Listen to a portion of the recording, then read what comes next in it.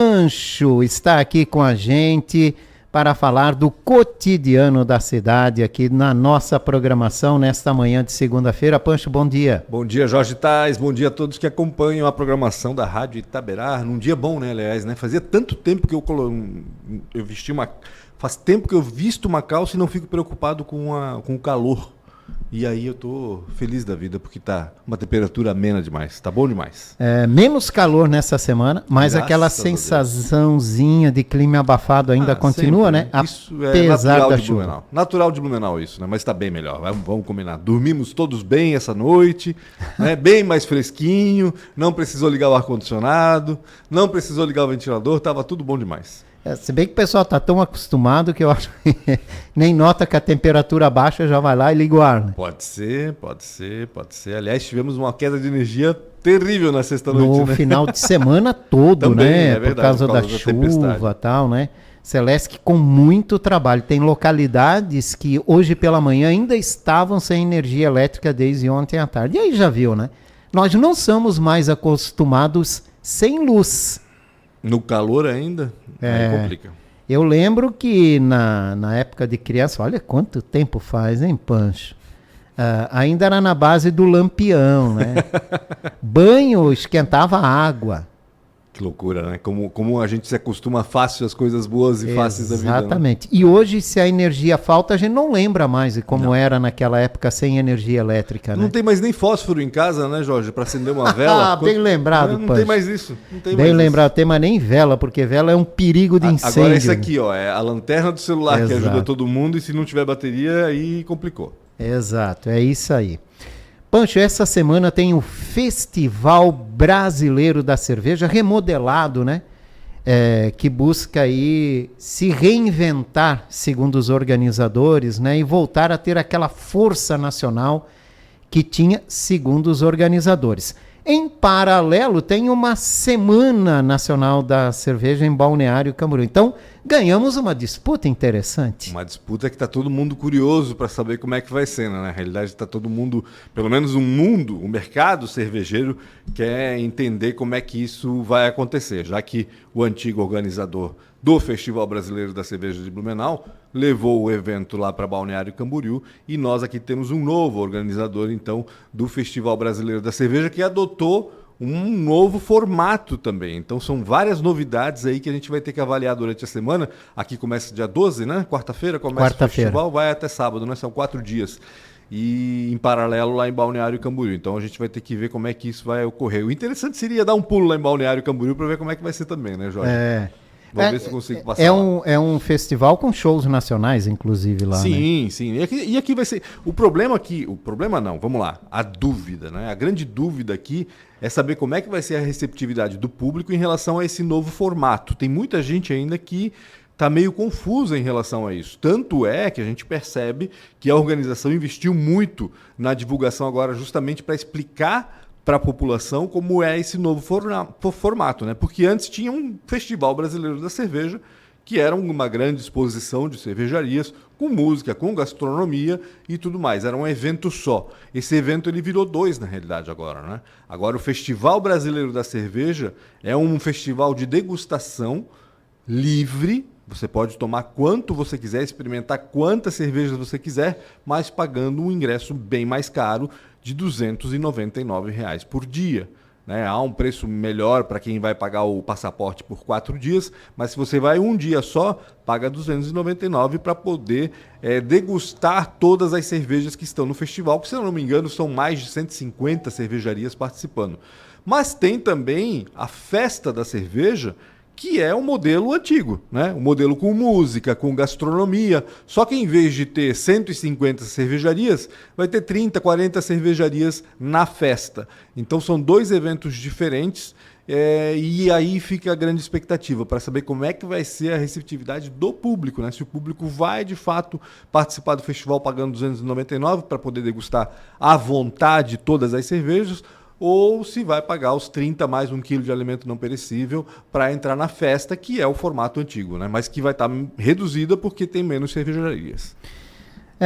Uma expectativa aí.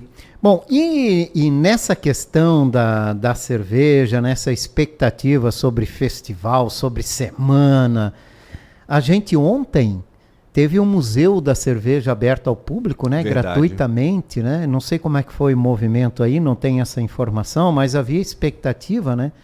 De um bom movimento lá. Eu queria ter aproveitado, até porque eu só fui 2 vezes na semana da inauguração, né? Na inauguração e depois também fui num dia. E é um grande atrativo, né, Jorge? O Museu da Cerveja foi totalmente reformulado há alguns anos. Ele é muito bacana. Quem não conhece deveria ter aproveitado agora a oportunidade no domingo, já que foi com entrada gratuita, ou se não aproveitou, então que vá lá e pague, né? São R$ 40 a entrada, mas vale muito a pena, porque é uma imersão realmente no mundo cervejeiro. Não dá para entender como é que eles conseguiram concentrar tantas atrações, porque são 8 salas, se eu não me engano, diferentes, né? Naquele espaço que antes era um espaço aberto, com algumas coisas, alguns atrativos, meio que jogado de qualquer jeito, vamos dizer assim, sem um cuidado, né? E agora não, o Museu da Cerveja é uma atração das mais bem, vamos dizer assim, elaboradas aqui em Blumenau em relação, e falando de museus, né? Porque teve todo um conceito, todo um cuidado de trazer especialistas aqui para montar esse museu. Então é um atrativo muito bacana. Espero que o blumenauense tenha aproveitado, porque uma das coisas que eu mais brigo aqui, que eu mais discuto, que eu mais comento, né? É que o blumenauense conhece pouco as atrações que a cidade oferece, né? A gente oferece para o turista, mas a gente oferece primeiramente para o morador daqui, né? Para quem mora aqui. As pessoas têm que conhecer. Então o Museu da Cerveja é um desses exemplos assim que dava para aproveitar essa oportunidade agora e conhecer com entrada gratuita no domingo, né? E aí os outros museus também entram nessa história, né? Só perguntar na rua, se descer aqui na Rua 15 agora e perguntar para as pessoas se elas conhecem o Museu da Família Colonial ou se conhecem o Museu de Hábitos e Costumes, eu tenho certeza que a maioria vai dizer que não, que conhece de ouvir falar, mas nunca foi. O Museu de Hábitos e Costumes, Jorge, eu não sei se tivesse oportunidade já de conhecer, já fui lá várias vezes. É um negócio impressionante. É impressionante o acervo que tem esse museu. É gigante, é muita coisa que tem lá. São roupas, utensílios, brinquedos, coisas do dia a dia, né? De outras épocas, né? Desde o século XIX, passando por todo o século XX. E é muito bacana, é baratinho, se não me engano, custa R$10 ou R$5 a entrada, a meia entrada. Então, assim, acho que o blumenauense tinha que aproveitar melhor todas essas oportunidades. Pegar o fim de semana, justamente, que é o dia de descanso, e dar uma volta. Rota do Lazer, né? O pessoal vem aqui para a Rota do Lazer, por que não esticar mais 100 metrinhos e ir até o Museu de Artes de Blumenau, até o Museu da Cerveja, o Museu de Hábitos e Costumes e o Museu da Família Colonial, que estão todos ali no Centro Histórico, né? Muita gente não faz isso, infelizmente.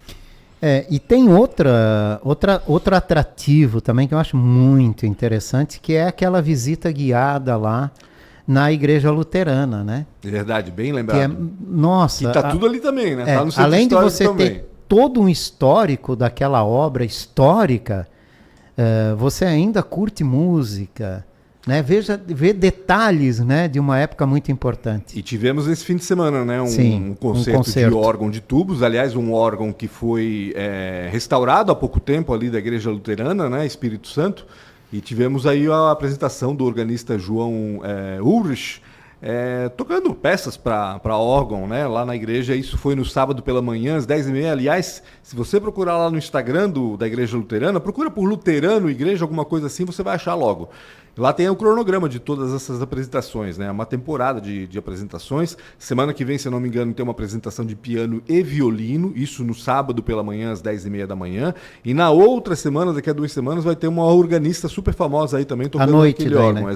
Aí vai ser à noite, exatamente. Geralmente é de manhã, mas quando vem alguém mais importante, alguém com mais destaque, eles passam para a noite. E o passeio é realmente também outra coisa imperdível, porque naquele cemitério, por exemplo, tem a história de Blumenau lá. E na igreja também, parte da história está toda lá na igreja. A igreja tem 147 anos, pensa nisso. É a primeira igreja montada aqui, né? Os alemães chegaram e montaram ali, né? Eu acho que pode ser. Eu acho que elas foram montadas praticamente no mesmo ano, tanto a luterana quanto a católica. Na católica era diferente, não é? Sim, claro, essa igreja não era que a gente tem hoje. Aquele formato ali. Era bem diferente, né? Mas acho que foi, se não foi no mesmo ano, foi na mesma década. Assim, eu não lembro agora qual foi a primeira. Imagino eu que tenha sido a luterana, porque a imigração alemã é predominantemente luterana, né? Exatamente. Bom, voltamos até o Museu da Cerveja, que ontem, né, estava com portas abertas ao público para visitação, porque ontem chegamos a 8 anos do título para Blumenau de capital brasileira da cerveja. Né? Um título tão comemorado, tão festejado, tão pressionado, né, para sair do papel. E eu vou te fazer uma pergunta, Pancho. O que mudou, o que avançou, o que evoluiu em Blumenau para esse setor com esse título? Eu achei que tinha que ter evoluído muito mais. Se algo evoluiu, a gente não está sabendo. Existe a questão do mercado, né, Jorge? O mercado está difícil para todas as cervejarias. Sim. E isso a gente sabe e a gente percebe aqui em Blumenau, né? Recentemente, 2 cervejarias fecharam as portas aqui em Blumenau, 2 cervejarias tradicionais. A Beerland, que foi uma das primeiras, e a Container, que também foi lá naquela época em que tudo começou. Então isso é um reflexo, não é só um problema aqui de Blumenau, não é um problema localizado aqui na cidade, é um problema do mercado mesmo, que é difícil, né? Competir com as cervejarias tradicionais, com um produto mais barato e mais acessível para o povo, principalmente num momento em que tudo está aumentando de preço. Obviamente as pessoas vão dar preferência ao que é mais barato. Então não é um momento muito bom agora para as cervejarias. Agora, o título de capital brasileira da cerveja deveria ter sido mais bem aproveitado, na minha visão, né? Principalmente para o turismo, né, Jorge? A gente não tem ainda uma rota cervejeira estruturada aqui. Eu não conheço, pelo menos, uma rota cervejeira estruturada que faça divulgação e que traga turistas por conta disso. Não, né? Não tem. E há um projeto muito antigo de se criar, que nunca saiu do papel, né? Nunca conseguiu se evoluir nesse sentido. E que não incluiria só Blumenau, incluiria outras também, na região toda, né? Gaspar, Pomerode, todas têm cervejarias artesanais. Timbó tem uma que é das mais antigas, a Bor, que é uma das mais antigas cervejarias artesanais aqui da nossa cidade, e consegue sobreviver. Então daria para fazer um roteiro bacana, assim, sabe? O Museu da Cerveja foi um avanço, mas foi uma atividade da iniciativa privada, né? Na realidade é uma concessão pública, aquele espaço pertence ao município, mas foi concedida a iniciativa privada e ainda bem que foi, porque de fato conseguiram fazer algo muito bacana. Se algo evoluiu nesse aspecto foi aí, no Museu da Cerveja, na concessão do Museu da Cerveja. Agora, em termos de explorar turisticamente, principalmente, a cidade como capital brasileira da cerveja, eu vi muito pouco. Talvez porque nos últimos 6 anos também a gente teve como prefeito uma pessoa que sempre andou com os 2 pés atrás em relação a esse tema, porque é um tema delicado a ele, né? Ou seja, o ex-prefeito Mário Hildebrand trabalhou com dependentes químicos, com pessoas alcoólicas e tal. Ele conhece do drama e sempre teve muito cuidado ao falar sobre esse assunto. Tanto é que na Oktoberfest, nos últimos anos, a competição de Chopp Metro, por exemplo, é feita com cerveja sem álcool, né? Justamente por uma determinação do ex-prefeito Mário Hildebrand. Então, talvez por isso a cidade não evoluiu. Mas eu acho que dá para evoluir, apesar desse aspecto negativo, vamos dizer assim, entre aspas, né? Desse mercado do mundo da cerveja. Acho que tem muito a evoluir, com certeza. Espero eu que nessa nova administração a gente consiga, de alguma forma, tirar um proveito melhor disso. E, claro, Jorge, depende também da iniciativa privada, né? Acho que as cervejarias poderiam se organizar melhor, se reunirem. Já existem, né, associações que reúnem as cervejas, mas trabalhar de uma maneira que consiga aproveitar melhor esse título de capital brasileira da cerveja. Evoluir com isso, né? Usar essa marca, né, para evolução acima de tudo. Veja, Gaspar também lutou muito e ganhou o título de capital nacional da moda infantil. Exatamente. E o que a gente viu evoluir? Pois é, aí teria que perguntar para eles lá, eu não tenho acompanhado, mas de fato a gente não vê, né? E mais uma vez, Jorge, sempre que a gente fala em produto turístico, eu acho que a gente sempre tem que pensar primeiro no blumenauense. Se é bom para o blumenauense, vai ser bom para o turista também. Vai ser bom para quem vem de fora. Exatamente. Então dá para trabalhar dos 2 lados. Não pense só no turista, pense no blumenauense e depois sim naturalmente as coisas vão se voltar com o objetivo de atrair turistas para a cidade. Para fechar esse assunto de cerveja, Pancho, Brusque vai fazer a Fenarreco com cervejas artesanais de lá, né? É uma utopia dizer que Blumenau, no futuro, poderia ter a Oktoberfest com cervejas artesanais? Eu acho difícil, né? Eu acho que primeiro que o mercado teria que estar favorável, não está no momento favorável, então eu acho meio complicado. Mas em algum momento, eu acho que hoje é muito difícil, nos próximos anos também, mas eu não duvido que isso seja possível no futuro. Mas, de novo, o mercado tem que estar favorável, as empresas têm que estar bombando e daí sim para dar conta de tudo que tem que fazer durante uma Oktoberfest como essa, né? Porque a prefeitura tem, e de maneira muito inteligente, né, tem amarrado certas construções, por exemplo, ao patrocínio oficial da Oktoberfest, né? Por exemplo, a Eisenbahn construiu o setor 4, né, que ficou conhecido como Eisenbahn Biergarten, agora tem outro nome. E a Spaten agora construiu o Boulevard. Então são investimentos altos, assim, que geralmente, que não imagino eu hoje, por exemplo, o mercado de cerveja artesanal consiga bancar. Por isso que eu digo que o mercado tem que estar favorável para eles, porque senão realmente fica mais difícil. Sem dúvida nenhuma. Tem uma notícia aí desse final de semana que chamou muita atenção, né? Que foi aquele cidadão encontrado perdido e trancado numa tubulação aqui em Blumenau. Que coisa, né? Entrou pelo cano, literalmente, né, Jorge? Mas por conta própria, né? Diz ele que sim, né? Eu queria conversar com esse sujeito. O que levou ele a entrar? Entender, né, cara? Será que ele achou que tinha ia achar alguma coisa? E era uma pessoa de 40 anos de idade, se eu não me engano. Porque se for um adolescente, por exemplo, a gente até entende, né? Aquela curiosidade. Vamos entrar aqui, vamos ver o que vai dar, onde é que vai dar e tal. Mas 40 anos de idade, eu não sei exatamente qual foi a intenção dele. O fato é que ele entrou ali naquela tubulação às margens da BR-470, né? Em frente ao Norte Shopping, e acabou se perdendo. Outra coisa estranha. Como é que ele se perde? É um labirinto lá dentro? Não entendi muito bem.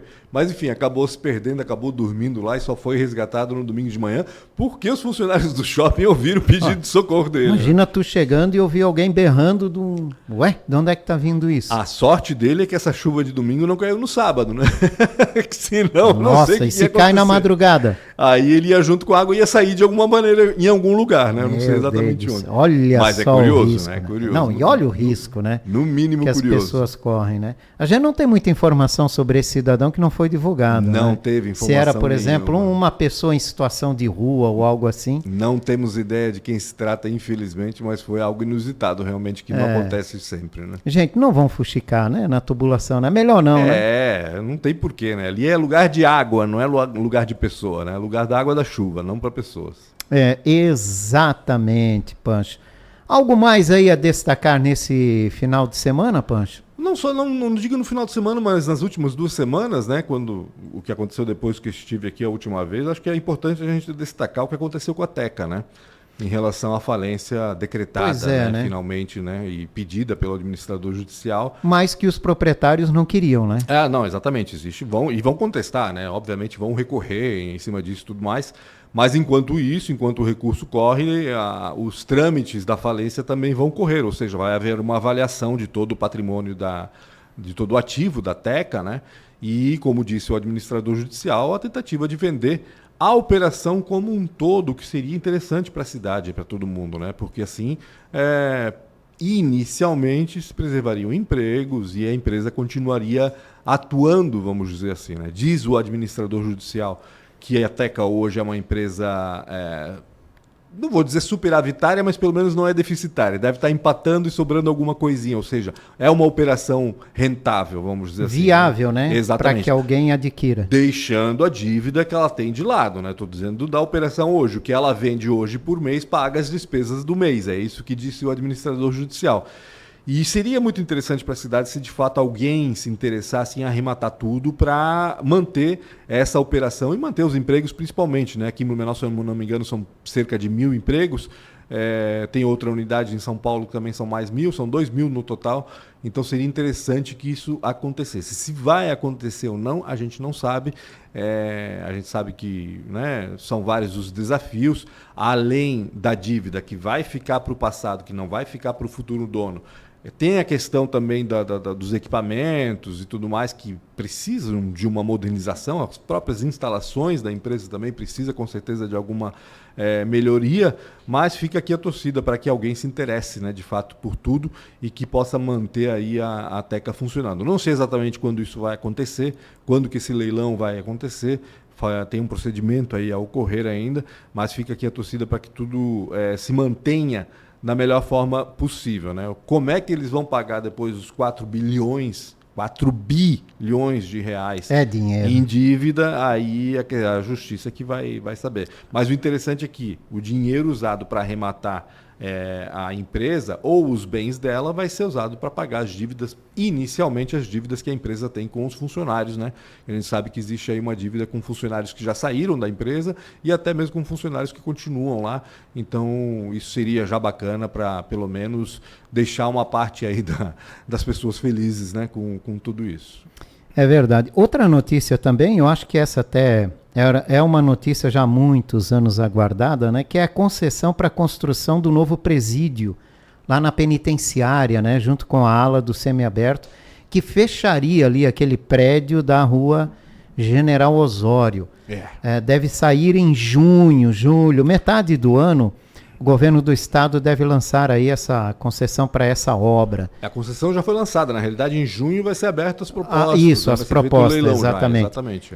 E aí a gente pode ter uma definição e uma solução finalmente, se tudo der certo para isso. Pro presídio principalmente, né, Jorge? A penitenciária está lá, está funcionando, né, ali na região da Ponta Aguda, né, quase limite com Gaspar, né, bem pertinho do limite com Gaspar. E é justamente essa penitenciária que vai ser ampliada, porque tudo isso foi anunciado quando a penitenciária... O projeto inicial já era um complexo. Exatamente, né? Já era complexo, já era de levar o presídio para lá, o semiaberto, enfim... Né? Até uma ala feminina. Criar um complexo prisional, como a gente chama, né? Então, tirar isso do papel realmente foi um avanço, porque enrolamos muito tempo, né? Muitos anos aí esperando por essa notícia. E principalmente, né, Jorge, acabar com aquele presídio da General Osório, que a gente sabe que é a pior unidade prisional do estado, uma das piores do país. Várias comissões de direitos humanos já vieram aqui e constataram isso, ou seja, é insalubre permanecer naquele lugar. Então, acabar com aquilo de uma vez por todas, levando o presídio para uma estrutura nova ali no bairro Ponta Aguda, além de beneficiar a ressocialização do preso, porque, vamos combinar, quem é que vai sair melhor de um lugar daquele como é hoje no presídio, né? Tem que ter um lugar digno, né? Pelo menos para viver, para sobreviver enquanto cumpra a pena. Então, que isso ocorra e também que aquele espaço seja destinado à comunidade de uma vez por todas, né? Porque sempre se disse isso, né? Quando o presídio for transferido para o complexo prisional, para o novo complexo prisional, esse presídio vai ser demolido e aquela área vai ser transformada num parque, numa praça, numa área de convivência aí para os moradores daquela região, né? Essa era a defesa do ex-prefeito Mário, né? Mas a PM também já botou o olho naquele negócio para transferir o batalhão para lá. Ah, bom, mas porque o batalhão ali tem problemas também com alagamentos e tudo mais. Então, tudo bem. Se for para transferir o batalhão da PM para lá, que destinem então a área onde está hoje, que façam um anexo ali ao Parque Ramiro Ridge, já que está tão pertinho, liga com uma passarela por cima do Ribeirão da Velha e transforma essa área que hoje é do 10º Batalhão da Polícia Militar em uma extensão do Parque Ramiro. Então, assim, independente do que vai virar, né? O importante é um novo presídio com mais vagas, inclusive, com né? certeza, cerca de 1.000 vagas com a mais. Certeza, isso seria muito importante. Não tenha dúvida, é um avanço para o sistema prisional e um avanço para a cidade também, já que a gente vai ter o detento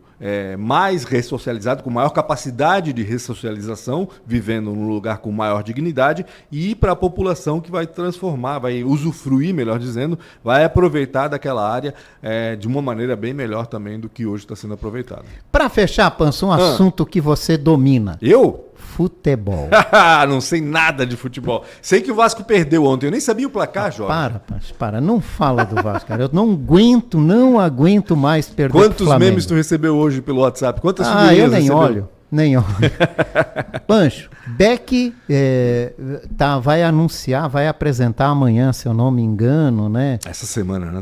Essa semana a questão da sua SAF para disputar o Campeonato Catarinense. O Metropolitano está montando uma SAF para disputar. Também, né? Além disso, os dois times, né, estão na expectativa aí da obra de ampliação do estádio do SESI para poder disputar a Série B aqui em Blumenau. Falando de uma modalidade esportiva que sumiu nos últimos anos, né? Mesmo você não sendo muito atuante no futebol, não acompanhando muito o futebol, Qual seria, na tua opinião, a importância para uma cidade ter essa modalidade esportiva forte também? Qualquer tipo de esporte é bem-vindo, né, Jorge? A gente sente falta, o Blumenauense sente falta de torcer por um time daqui de Blumenau. Todo mundo, né, conversa sobre isso.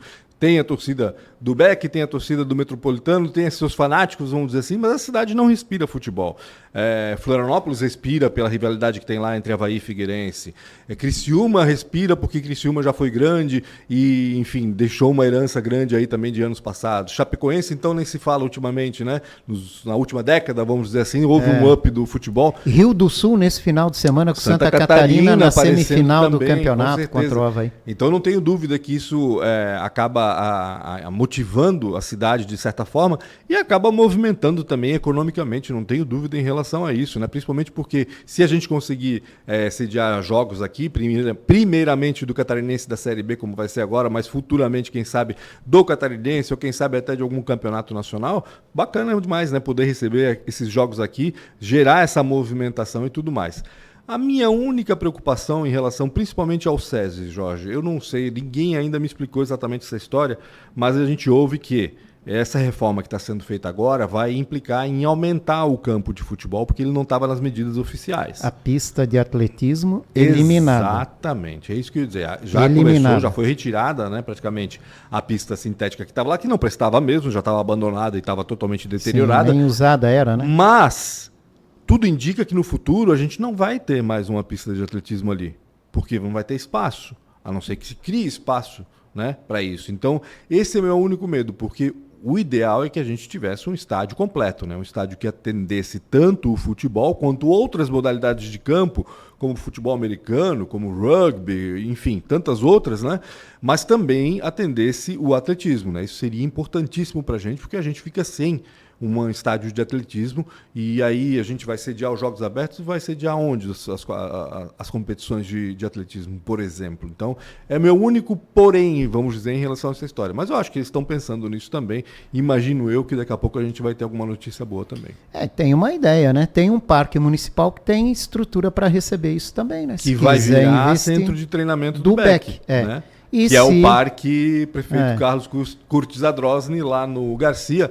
É o Parque Dartex, né? Acho que popularmente vai ficar conhecido como o Parque Dartex, porque era, né, a Associação Dartex. Poderia virar referência para o atletismo, né? Quem sabe, se tem espaço para isso. Tem espaço, né, para isso. O problema é que deixa um para referência do futebol e outro para referência do atletismo. O problema é que não tem arquibancada que tem o SESI, né? O SESI já tem uma arquibancada mas eu acho bacana. Que é mais fácil improvisar uma arquibancada para o atletismo, né, do que para o futebol, né? Vamos lá. Tem que se estudar. De uma estrutura bem maior. Eu acho que devia estudar bem essa possibilidade, porque Blumenau, que sempre foi referência na área esportiva, somos multicampeões dos Jogos Abertos, saíram daqui muitos atletas para as Olimpíadas e para campeonatos mundiais, então assim, a gente não pode deixar de lado esse aspecto. Sem dúvida. Pancho, obrigado pela participação. Lembrando mais uma vez, né, que todos os dias você tem um resumo das principais notícias aqui da cidade, que são veiculadas através dos portais de notícias da cidade, no pancho.com.br.